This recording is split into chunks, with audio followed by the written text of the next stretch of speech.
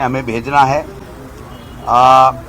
जो किस तरीके से उपचुनाव की रणनीति के तहत हमको चुनाव लड़ना है, किन लोगों को वहाँ पर ड्यूटी लगानी है, कैसे कैसे वहाँ पर व्यवस्थाएं करनी हैं, क्योंकि डबल इंजन की सरकार, साम दाम दंड भेद, सत्ता का दुरुपयोग, प्रलोभन, डराना धमकाना, ट्रांसफर की धमकी देना, ये सारी चीजें करेगी। वो सारी चीजें हमारे संज्ञान में है। हमारा कांग्रेस का कार्यकर्ता न डरने वाला है न भयभीत होने वाला है, और जनता के मुद्दों के ऊपर कांग्रेस पार्टी 10 महीने से लड़ाई लड़ रही है और इससे पर्ची सरकार को घेरने का काम कर रही है।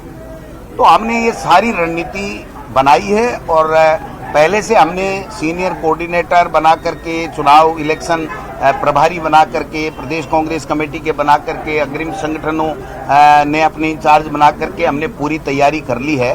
तो मैं समझता हूं कि हमारे प्रमुख नेताओं से सबसे चर्चा की है।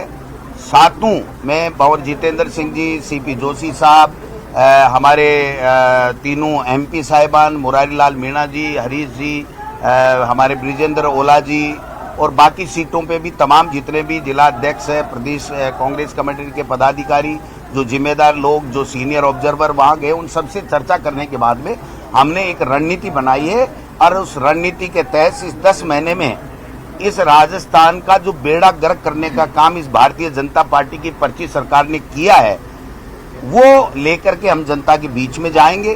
केंद्र सरकार की 10 साल की विफलता लेकर के जाएंगे। हमारी सरकार के समय जो अच्छी योजनाएं थी, उदाहरण के लिए मुख्यमंत्री चिरंजीवी योजना जैसी योजना, उससे लोगों को राहत मिल रही थी, गरीबों को, वो सारी की सारी इन्होंने बंद कर दी है, केवल समीक्षा के नाम से और ईडी सीबीआई इनकम टैक्स की धमकी के आधार के ऊपर ये लोग बाग राज करना चाहते हैं। भ्रष्टाचार इनके सब जगह व्याप्त हो गया है और जितने भी ट्रांसफर हुए हैं उसमें भ्रष्टाचार की बू आ रही है। ये सारी जनता जान चुकी है। जनता ये कह रही है सरकार चला कौन रहा है, चल कहां से रही है, इसका कंट्रोल कर। एक उदाहरण देकर के मेरी बात समाप्त करूंगा कि करीब करीब 40 करोड़ रुपए इस विदेश यात्राओं के ऊपर मुख्यमंत्री जी, उप मुख्यमंत्री जी, ब्यूरोक्रेसी के ऊपर 40-50 करोड़ रुपए खर्च कर दिए। 1 रुपए का इन्वेस्टमेंट ये लेकर के नहीं आए। पहली बार देखा है कि कोई विदेश जाकर के न्योता देकर के आता है, उसके ऊपर स्वागत कराता है, और मुख्यमंत्री के स्वागत में 50 लोग नहीं आते हैं। तो मैं समझता हूं कि ये इस तरीके का अपनी पिकनिक, सैर सपाटे और पर्यटक बन करके विदेशों में घूम करके राजस्थान के लोगों की गाड़ी कमाई को बर्बाद करने का काम कर रहे हैं। इसका जवाब इस उपचुनाव में जनता देने जा रही है। एक बात आप और पूछोगे, हम 7 सीटों के ऊपर हमारी तैयारी है, हमारे कैंडिडेट हमने तय कर लिए हैं, बात कर ली है। जो भी आला कमान को हम प्रस्तावित नाम भेजेंगे, पैनल भेजेंगे, उसमें चर्चा कर लिए। किसी तरीके का कोई गठबंधन किसी से हमारा प्रदेश लेवल पे नहीं है। हम 7 जगह चुनाव लड़ रहे हैं, ये बात भी हम लोग क्लियर करना चाहते हैं। और कोई बात हो तो आपको 100% हम लोग 7 जगह चुनाव लड़ने जा रहे हैं। अब पार्टी आला कमान कोई निर्देश दे, कोई फैसला करे, वो फैसला किसी भी समय कब भी करे, उसमें तो हम बंधे हुए हैं। बट हमारे प्रदेश कांग्रेस कमेटी की तरफ से, क्योंकि न तो हम लोगों ने कोई बात की है, न उन लोगों ने कोई बात की है, तो गठबंधन का सवाल ही कहां पैदा होता है। तो इंडिया का जो नारा था, जो इंडिया का नारा, जैसे हनुमान बेनीवाल जी कहते हैं, दिल्ली में है तो वो दिल्ली में है।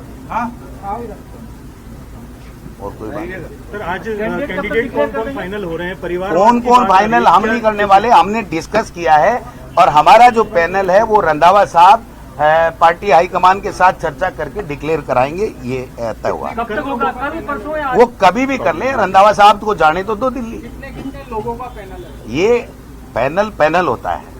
पैनल का नाम सिंगल नाम भी हो सकता है, 2 भी हो सकते हैं, 3 भी हो सकते हैं। उसमें डिस्कस हुआ है। अंतिम फैसला दिल्ली पार्टी हाईकमान करता है और रंधावा साहब हमारे प्रभारी हैं, ये वहां पर फैसला कराएंगे। सर, बीजेपी विधायक गोपाल शर्मा भी अपनी सरकार को घेरते नजर आए उसी स्वागत सीएम की यात्रा के बाद। वो सरकार को नहीं घेर रहे हैं, वो सरकार की हकीकत बता रहे हैं कि किसी की चलती नहीं है, न मंत्री की, न मुख्यमंत्री की, न एमएलए की, ब्यूरोक्रेसी हावी है, वो ये कह रहे हैं। और उससे हम भी सहमत हैं कि भाई बीजेपी के किसी नेता की, जनप्रतिनिधि की नहीं चलती है। ये ब्यूरोक्रेसी सरकार चला रही है। ये एक तरीके से वो जो पर्ची सरकार है उसको सार्थक करने का काम कर रहे हैं। माननीय प्रभारी रंधावा जी, प्रभारी सर, कैसा देखते हैं कार्यकाल 10 महीने का राजस्थान सरकार का? देखिए, मैं 10 साल अपनी दूसरी गवर्नमेंट ऑफ इंडिया की भी तरफ अगर देखा जाए उनका भी जीरो मानता हूं। और जो 10 महीने का जहां का है कार्यकाल, असेंबली में जो और लोगों में जो बात आ रही है वो सेटिस्फैक्ट्री नहीं है। और जैसे अध्यक्ष जी ने कहा कि पर्ची सरकार, जो पर्ची से ही चलती है तो वो कभी पर्ची गलत भी पर्चे में गलत आ जाती है। तो ये पर्ची अब चलेगी नहीं। लोग काम चाहते हैं और काम दिखाना चाहते हैं। हमने आज पैनल तैयार कर लिया है। हमने 7 सीटों का इन्होंने पैनल दे दिया है। और जो दिल्ली हमारी सीईसी की मीटिंग होगी उसमें क्या करना है वो एक दिन में आपको पता चल जाएगा। और हमारे पूरे प्रदेश में हमारी कांग्रेस पूरे जोश से इलेक्शन लड़ेगी और हम जीत कर आएंगे। रंधावा जी, एक दिन कम नहीं हो रहा कि टाइम वेस्ट हो रहा है? देखिए, टाइम लोगों का मन बनना चाहिए और लोगों का मन बन गया है कि ये पर्ची सरकार, जहाँ डबल इंजन कह लो, इंजन भी फेल हो गया है तो पर्ची भी फेल हो रही है। पेपर ही पता नहीं कहाँ से आ रहा है, उनको पता नहीं चल रहा। इसलिए लोगों का मन बना है और हम यकीनन तौर पर जीत कर आए। भाजपा से नाराज नेता भी संपर्क में है कोई? देखिए कि कांग्रेस कभी जो ऐसे हैं बीजेपी जैसी गेम नहीं खेलती। हम अपने बलबूते पर लड़ेंगे। हम दूसरों का सहारा लेकर इलेक्शन नहीं लड़ेंगे। नाराजगी उनकी होगी। हमारा कांग्रेस का काम है कि अपने जो पार्टी के लोग हैं उनको मजबूत कैसे करना है, कांग्रेस को मजबूत कैसे करना है, हम वो बात करेंगे जो कांग्रेस के वर्कर को अच्छी लगी। दिल्ली में आपसे झुंझुनू के लोग मिलने गए थे, अभी नरेश मीणा से भी आपकी मुलाकात हुई, क्या बातचीत रही? वो प्रदर्शन करने पहुंचे थे? प्रदर्शन नहीं, उनको देखिए उन्होंने अपनी बात बताई। नरेश मीणा, मैं और अध्यक्ष जी दोनों ही उसको मिले। देखिए, हर कार्यकर्ता जो काम करता है उसका मन होता है कि मैंने जो काम किया है मैं उसको पार्टी उसको रिवार्ड करे। तो उसकी बात सुनी और दिल्ली और उसको मैंने समझाया भी।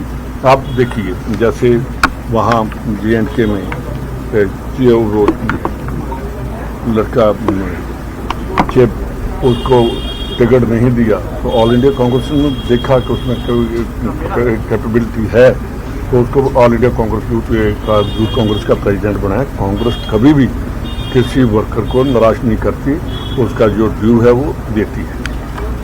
गठबंधन को क्या आपका क्या बात है? आप तो खुद दिल्ली हो और गठबंधन दिल्ली में था। मैंने कह दिया ना, मैं कब कह रहा हूँ, मैंने कह रहा हूँ नहीं, आप तो वो तो कह रहे हैं दिल्ली में, तो दिल्ली में है। दिल्ली में मैं भी दिल्ली में हमारा आपने सुना नहीं, मैंने कहा कि सीईसी की बैठक में इसकी बात की जाएगी कि जो राजस्थान के लोग हैं उनके ये 7 नाम हम लेकर आए हैं।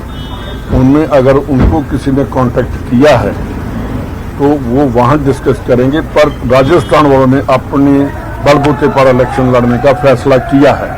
सर, परिवार भी काफी टिकट मांग रहे हैं जो, क्योंकि मेरे को ये नहीं समझ आ रही कि परिवार किसको मानते हैं आप। अगर किसी का बेटा, अब मैं भी कांग्रेसी परिवार से हूँ, मेरे फादर पीसीसी प्रेसिडेंट रहे, कई बार मिनिस्टर रहे, तो अगर मैं अच्छा काम करता हूँ तो परिवार कोई अगर गलत है तो उसको नहीं करेंगे। अगर परिवार का फैमिली मेंबर को अच्छा है तो जरूर टिकट दी जाएगी। Thank you. आज जो कोऑर्डिनेशन कमेटी की बैठक हुई है, सभी जगह हमने उम्मीदवार तय कर लिए। मैं ये कहना चाहूंगा, ये सरकार जो है, अभी एक इनके मंत्री कह रहे थे